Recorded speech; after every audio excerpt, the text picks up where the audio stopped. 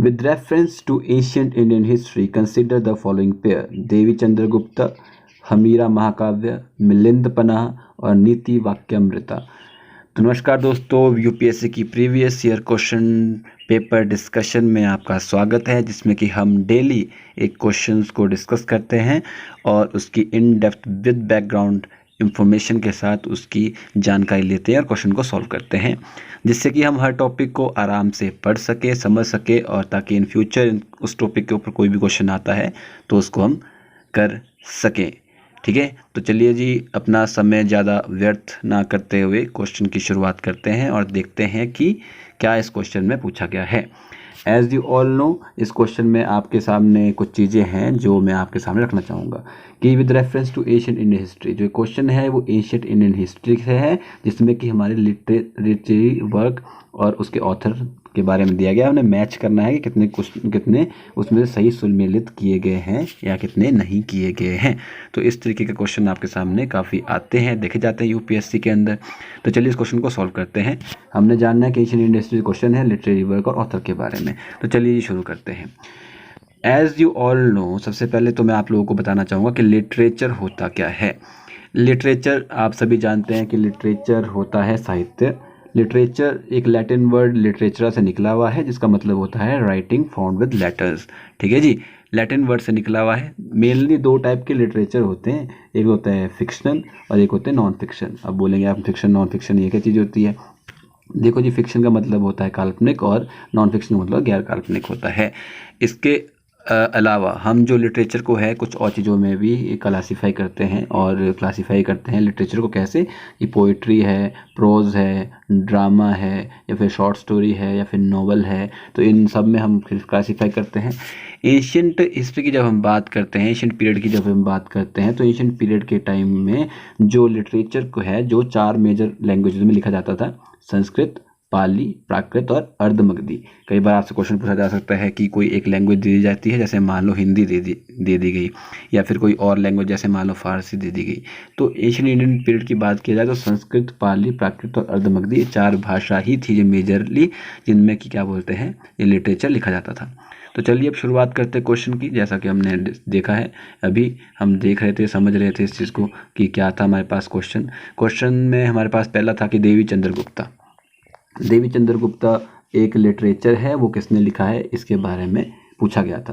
तो देवी चंद्रगुप्ता एक Indian Sanskrit language का पॉलिटिकल ड्रामा है, जिसको लिखा था विशाखा देव ने, जिसका नाम अदर नाम उसका विशाखा दत्त के नाम से भी उनको हम जानते हैं, विशाखा दत्त, जिन्होंने देवी चंद्रगुप्ता लिखा है।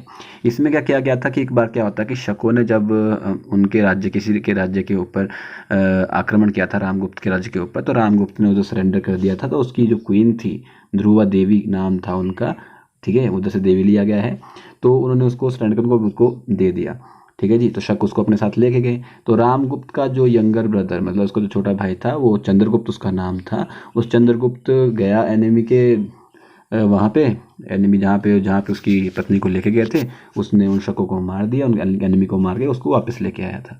ठीक है जी, तो इसी के ऊपर एक पॉलिटिकल ड्रामा है, वो विशाखा दत्त ने लिखा हुआ है, देवी चंद्रगुप्ता, जहाँ पे देवी जो है रामदूत की पत्नी थी और चंद्रगुप्त जो है कौन थे, रामगुप्त के भाई थे। तो ये तो कहानी तो हमारे लिए नहीं इतनी इम्पोर्टेंट है, लेकिन इन फ्यूचर कभी भी आया तो देवी चंद्रगुप्ता के बारे में पता हो जाता है, क्योंकि कहानियों से हम इस चीज़ों को अच्छे से याद कर सकते हैं। तो विशाखा दत्त एक्चुअली में है कौन? विशाखा दत्त एक इंडियन पोइट, संस्कृत पोइट थे और प्ले राइट थे, जिन्होंने दो काव्य लिखे, एक मुद्रा राक्षस लिखी है और उन्होंने देवी चंद्रगुप्तम के बारे में भी हमने डिस्कस कर लिया कि देवी चंद्रगुप्ता में क्या होता था। मुद्रा राक्षस मौर्य डायनेस्टी के टाइम के ऊपर जो उनके एक काव्य था, उनका एक मतलब एक उनकी एक वर्क था, जिसके लिए वो काफ़ी ज़्यादा जाने जाते हैं। सेकंड जो हमारा था वो था हमारा हमीरा महाकाव्य। हमीरा महाकाव्य एज यू ऑल नो, यहाँ पे देख सकते हैं हमीरा महाकाव्य, ये भी एक संस्कृत एपिक पोइम है, जिसको एक जैन स्कॉलर नया चंद्र सूरी ने लिखा था। नया चंद्र सूरी ने इसको लिखा था। देखिए ये नाम बहुत याद रखिएगा, नया चंद्र सूरी। जिस नाम के आगे भी आपको सूरी सूरी नज़र आए तो समझ लीजिए कि वो मैक्सिमम वो जैन स्कॉलर या जैन सेंट ही होंगे या जैन कवि ही होंगे जिन्होंने वो चीज़ लिखी होगी। तो जिन्हें सूरी होते हैं, ठीक है, वो जैन धर्म से ही रिलेटेड है हमारे सामने। ठीक है जी, ये आपको हमेशा मेनली याद रखना है, क्योंकि कई बार क्वेश्चन आता है कि कोई सूरी नाम का पोएट दे दिया जाता है और आपको उसको मैच करने के लिए कौन से धर्म से या कौन से उससे रिलेट करते हैं, तो आपको आसानी रहेगी। सूरी नाम वाले मैक्सिमम आपको जैसे हेमाचंद्र सूरी है, न्यायचंद्र सूरी है, हरिश्चंद्र सूरी है, हरिचंद्र सूरी जिनका नाम है, वो सारे के सारे कौन है, वो जैन स्कॉलर से, जैन धर्म से ही रिलेट करते हैं। और एक जो ये है हमीरा महाकाव्य है, ये लेजेंडरी बायोपिक है, मतलब बायोग्राफी है।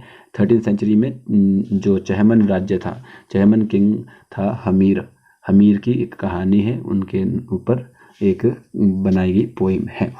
अब चलते हैं मिलिंदपना जो आप काफ़ी ज़्यादा फेमस है। मिलिंदपना तो देखो बुद्धिस्ट टेक्स्ट है, ठीक है जी, जो कि 100 BC से 200 AD के आसपास के बीच में लिखा गया था। इसको लिखा था नागार्जुन ने। नागार्जुन का दूसरा नाम नागसेन भी है। इसमें जो है बताया गया है कि एक डायलॉग है, इसमें क्वेश्चनिंग करते हैं मिनेंडर जो एक इंडो ग्रीक किंग था, और नागसेन के बीच में क्वेश्चनिंग होती है, तो उसके बीच का एक सेशन है, और वही एक टेक्स्ट है जो कि बुद्धिस्ट टेक्स्ट है, यह एक मिलिंदपना। इसके बारे में आपने काफ़ी सुना भी होगा। नागार्जुन, जिनका अदर नेम नागसेन है, उन्होंने लिखा है। उसके बाद हम बात करते हैं यहाँ पे नीति वाक्यामृतम की। नीति वाक्यामृतम जो है वो सोमदेव सूरी ने लिखा हुआ है। नीति वाक्यामृतम के नाम से भी इनको जाना जाता है, nectar of the science of polity, ठीक है जी। नीति वाक्यामृतम ने सोमदेव ने मेंशन किया है कि उनका एक और जो है वो टेक्स्ट है जिसका नाम है यश तिलक, ठीक है जी, वो भी उनका ही लिटरेरी वर्क है। यह इन्होंने नीति वाक्यामृतम ने बताया है। तो आपको पता लगा कि नीति वाक्यामृतम किसने लिखा है, सोमदेव सूरी ने लिखा था। सोमदेव सूरी कौन है, वो मैंने आपको बताया। सूरी से आप रिलेट कर सकते हैं कि ये ऑब्वियस सी बात है, ये जैन धर्म से ही रिलेट करते होंगे। और सोमदेव सूरी की बात करिए अगर हम यहाँ पर, तो सोमदेव सूरी के बारे में अगर जानते हो, एक जैन मॉन्क है, जैसे मैंने आपको बताया कि जैन धर्म से रिलेटेड है 10th सेंचुरी के आसपास। और इनका एक वर्क है जिसका नाम है उपासक दयायान। इनका एक वर्क है जिनके लिए काफ़ी ज़्यादा फेमस है। सोमदेव सूरी थे मतलब, और ये मेंबर थे गौड़ संघ के बिफोर 957, और ये प्रतिहार किंग महेंद्रपाल द्वितीय के समय उनके कोर्ट में थे। इन्होंने नीति वाक्यामृतम, जिसकी बात अभी हमने की है, वो उन्होंने लिखी है। और त्रिवर्ग महेंद्र मताली जल्पा, ये भी उन्होंने लिखी है। और यशोधरा चरित्र, जिसको हम यश तिलक चंपू के नाम से जानते हैं, उसके अंदर ही एक उनका पार्ट है उपासक दयायान। इसके लिए बहुत ज़्यादा फेमस है सोमदेव सूरी। तो अब हमने जान लिया है चारों तरफ के बारे में, हर एक क्वेश्चन की जो पूछी गई थी उसकी भी डिटेल हमने ले लिया। क्वेश्चन को सॉल्व करते हैं फिर से, कि प्राचीन भारतीय इतिहास के संदर्भ में युगमों को सम्मिलित करना है, देखना है कौन कौन से युगम सम्मिलित है, कौन से नहीं है।